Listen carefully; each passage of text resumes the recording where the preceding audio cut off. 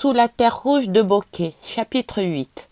À l'approche de Bokeh, sous le ciel d'un bleu azur, où la route semblait saigner, Ibrahima ralentit.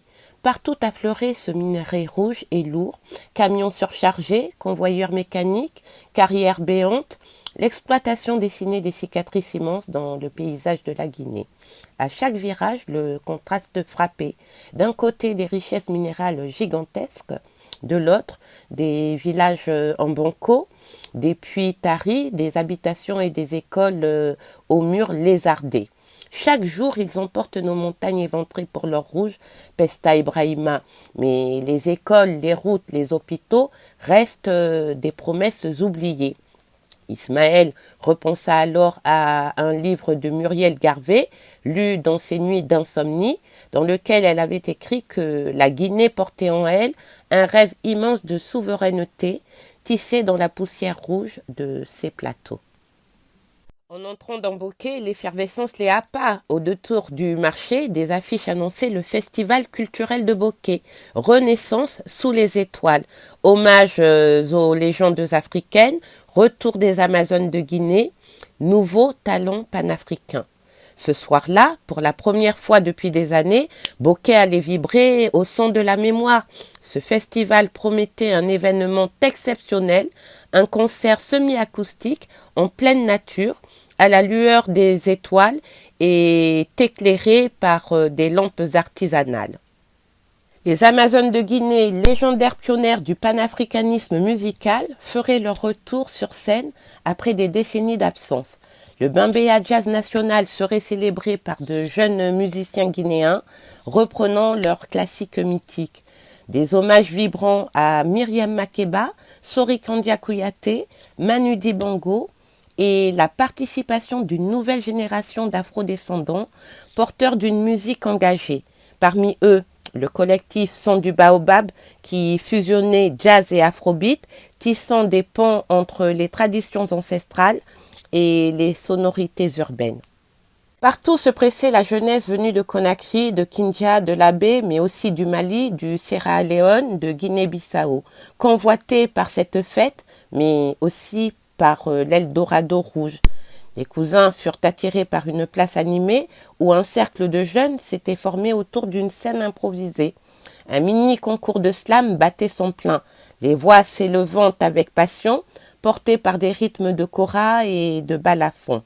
Ils s'installèrent discrètement parmi l'auditoire, captivés par la force des mots et l'énergie des performances. À la fin d'une prestation, l'organisateur du concours, Fodé, un homme à la voix grave, prit la parole et dit « Merci à tous les participants pour ces moments intenses. Le slam, c'est plus que des mots, c'est une manière de raconter nos réalités, nos espoirs, nos luttes. Maintenant, place aux échanges. Je vous invite à partager tous ensemble une dégustation de saveurs locales. » À peine avait-il terminé qu'un groupe de jeunes, assis tout près de la fratrie, engagea spontanément la conversation. « C'est votre première fois ici ?» interrogea Aminata au sourire chaleureux. « Oui, et c'est une belle découverte. Vous écrivez tous vos textes ?»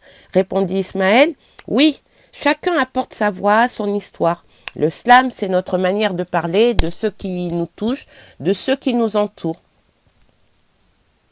Un garçon au t-shirt délavé, un badge en tissu brodé Terre Rouge Jeunesse pour l'environnement se présenta. « Je m'appelle Alpha, on est venu chercher l'or rouge, mais on a trouvé la poussière des rivières taries, des villages abandonnés et les montagnes éventrées. » Un autre Bakary, originaire de Kindia, renchérit.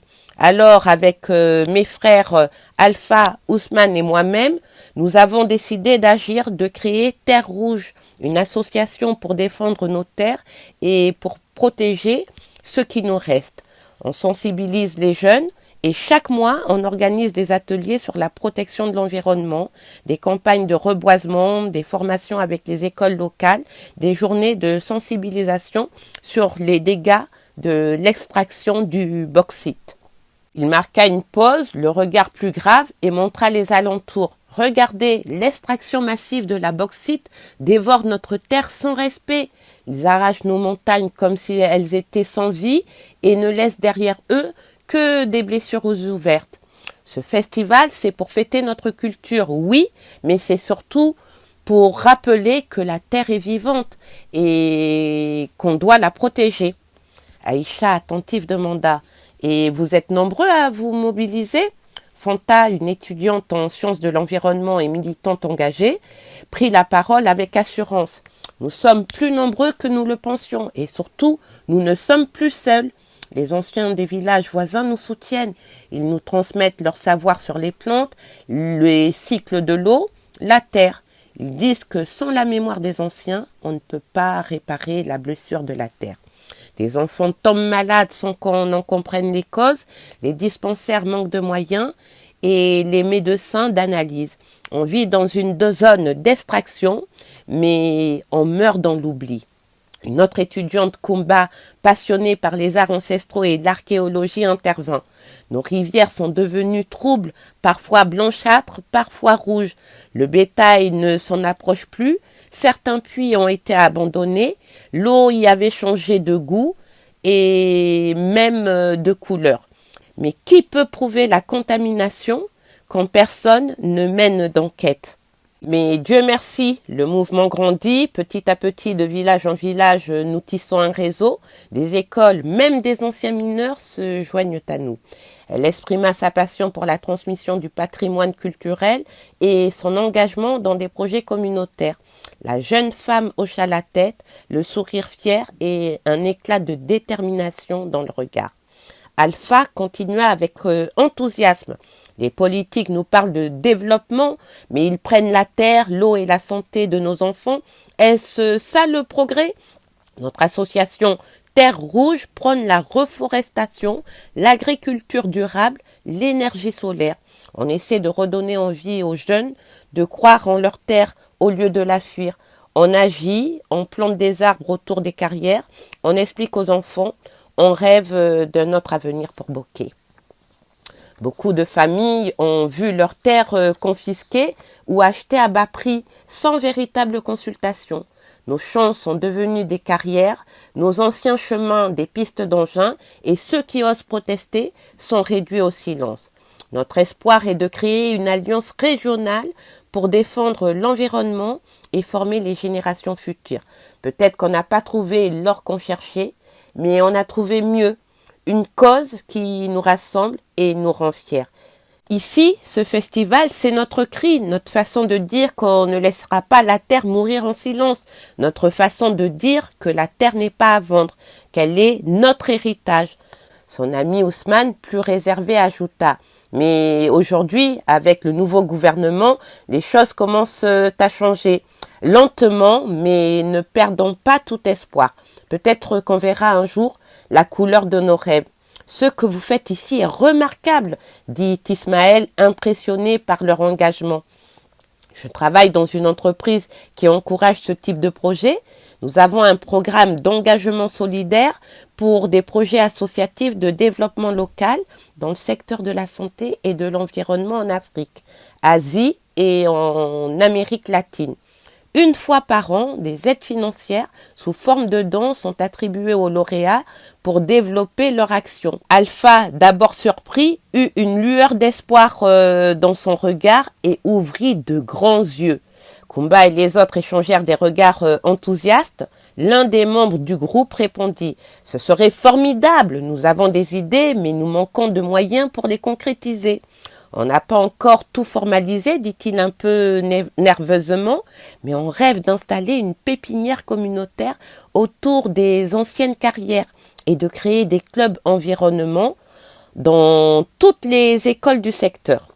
Alors préparez-vous, vous avez toutes vos chances. Si vous préparez un dossier solide, assura Ismaël avec sérieux. Pour ne pas leur donner de faux espoirs, il ajouta « Pour participer, il faut préparer un dossier détaillé, présenter le projet, ses objectifs, son impact, son budget. Le dossier est ensuite étudié par une commission interne, puis soumis au vote d'un jury composé de collaborateurs ainsi qu'à un vote de l'ensemble des salariés de l'entreprise. Ça demande du travail, mais c'est réalisable, leur assura-t-il. Vous avez une belle histoire à défendre. Ismaël sortit son téléphone Échangeons nos contacts si vous le souhaitez. Je peux vous aider à structurer un dossier. Je vous enverrai les informations nécessaires. Ils échangèrent leurs coordonnées, scellant ainsi le début d'une collaboration prometteuse. Plus tard dans la soirée, sous la clarté de la lune, la fratrie s'installa parmi la foule, captivée par l'ambiance du festival. Les Amazones de Guinée enflammèrent la scène avec leur fusion de jazz et de musique traditionnelle ouest-africaine. Leurs mélodies puissantes résonnaient dans la nuit, évoquant les échos de lutte et des espoirs du continent. Soudain, les premières notes d'une reprise de Fela Kuti s'élevèrent, rendant hommage au maître de l'afrobeat. Les percussions vibrantes et les cuivres invitaient le public à danser. Les voix s'unissaient au refrain, porteurs de messages d'émancipation et de fierté africaine. La saxophoniste Aminata Keita envoûtait le public avec ses mélodies inspirées des rythmes mandingues, tandis que le duo âme-sœur mêlait soul, harmonie africaine et influence francophone. Des jeunes artistes nigériens reprenaient avec ferveur le répertoire engagé de Fela Kuti. La fête battait son plein, portée par l'effervescence d'un public conquis. Pour clôturer les festivités, la place fut donnée aux griots, aux conteurs et aux voix de la nuit. S'ouvrait alors la veillée nocturne intitulée « Sous les étoiles, la parole des anciens ». Confortablement installé sur des tapis, le quatuor se laissait bercer par les chants et les contes rythmés portés par les murmures des voix et les éclats de rire. La kohara, harpe ancestrale, le balafon xylophone d'Afrique de l'Ouest, le nyoni, petite harpe peul, le bolon, basse sacrée, le tama, tambour d'aisselle et le kamale nyoni résonnaient à travers la nuit chaude. Chaque note portait un fragment d'histoire. Chaque vibration éveillait la mémoire endormie des peuples. La musique était pure, vivante, enracinée. Un moment magique, une veillée où la musique devenait mémoire vivante et révélait la valeur et la richesse de la terre. Au retour, ils longèrent des camps d'ouvriers précaires et plus loin, aux deux tours d'un chantier, ils aperçurent une école en construction, des jeunes ingénieurs en blouse et des ateliers communautaires improvisés. Ismaël nota dans son précieux carnet « Peut-être qu'on n'a pas trouvé le trésor qu'on cherchait, mais on a trouvé mieux. Une cause qui nous rassemble et nous rend fiers. » Bientôt, la route les appelait déjà vers Cancan, la ville aux 1000 souvenirs.